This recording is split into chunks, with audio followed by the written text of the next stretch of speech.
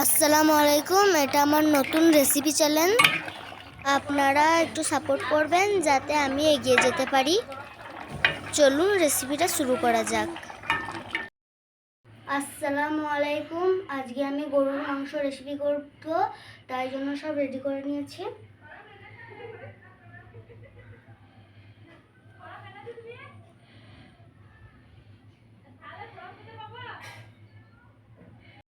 তো চলুন শুরু করা যাক।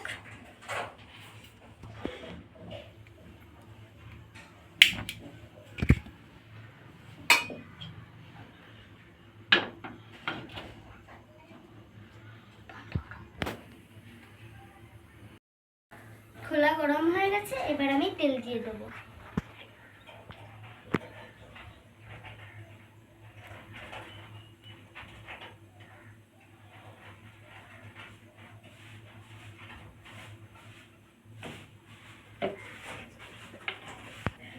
তেলটা গরম হলে আমি পেঁয়াজটা দিয়ে দেবো।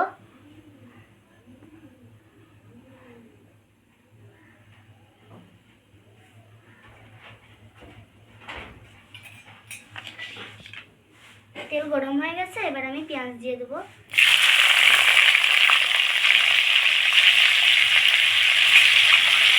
এবার নেড়ে নেব।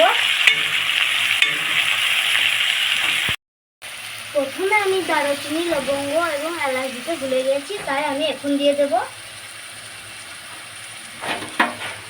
নেড়ে নেব। হালকা হালকা লাগতে থাকবো যতক্ষণ না পেঁয়াজটা লাল হবে।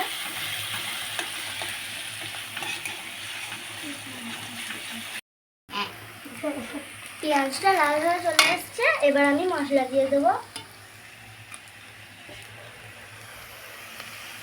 লঙ্কা, হলুদ, জিরে।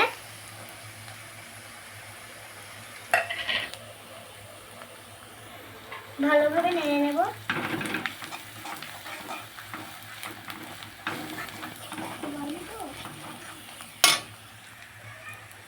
পরিমাণ মতো লবণ।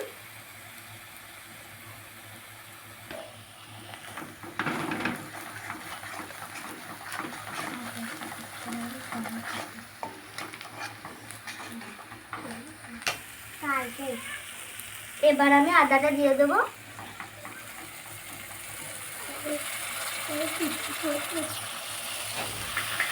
ভালোভাবে আদাটা নেড়ে নেব।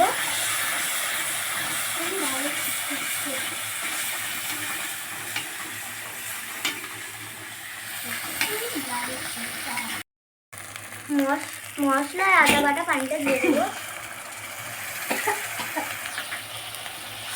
ভালোভাবে নেড়ে নেব।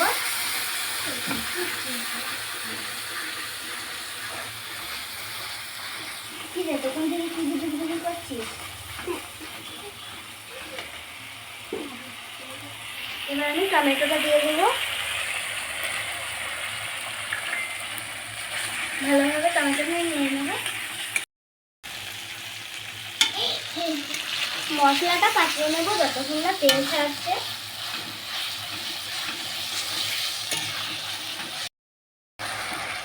মশলাটা হয়ে এসেছে, মশলাটা তেল ছেড়ে দিয়েছে, এবার আমি মাংসগুলো দিয়ে দেবো।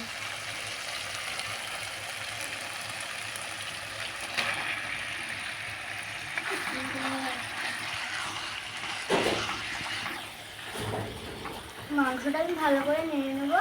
কি করবো, মাংস অনেক খাও খাও। গরুর মাংস দিয়ে ভাত খাবে? তুমি খাবে?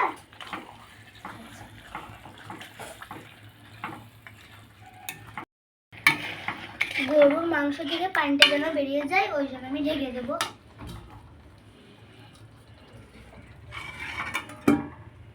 ঢাকাই হলো না।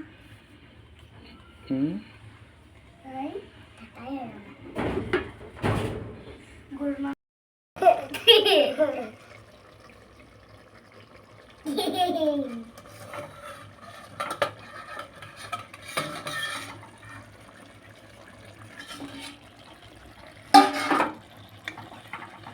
মশলাটা যাতে লেগে না যায় তার জন্য আমি দুবার ভেঙে নেবো।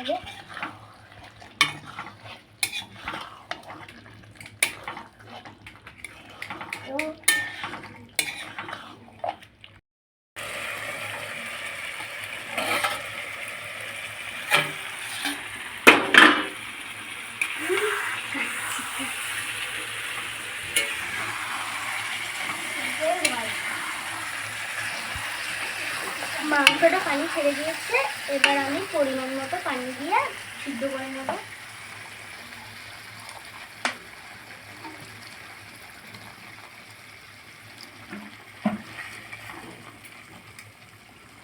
সিদ্ধ করার জন্য আমি ঢেকে দেবো।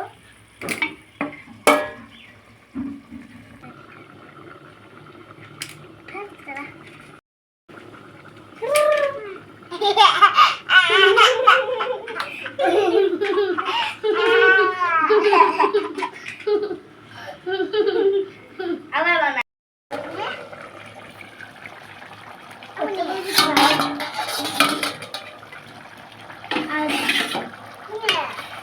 হ্যালো বন্ধুরা,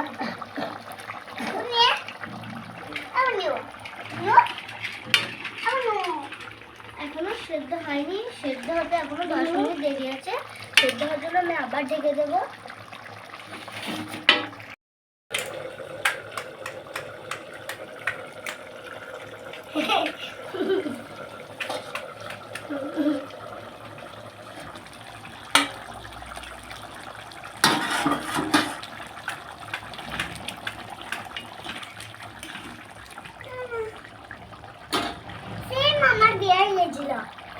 টেস্ট বাড়ানোর জন্য আমি 4টে কাঁচা লঙ্কা দিয়ে দেবো।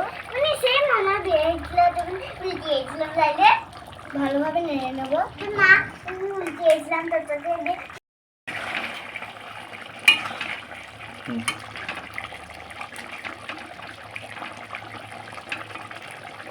মাংসের কালারটা কত সুন্দর হয়েছে দেখুন, দেখলেই আমার জিভে জল চলে আসছে।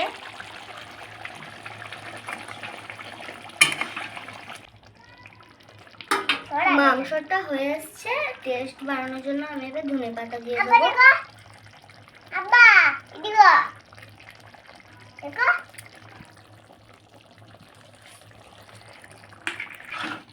ধনেপাতা দিলে তরকারির টেস্টটা অনেকটা বেড়ে যায়,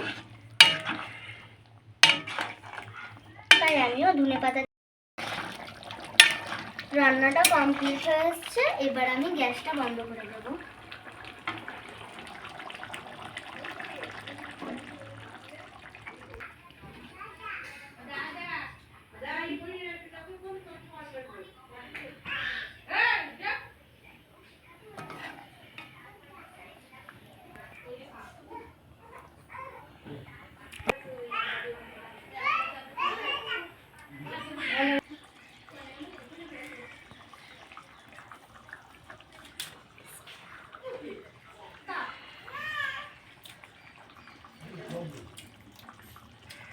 রান্নাটা খুব সুন্দর হয়েছে। আমার রেসিপিটা যদি ভালো লেগে থাকে একটা লাইক, একটা সাবস্ক্রাইব করে দিবেন। ভালো থাকবেন, সুস্থ থাকবেন।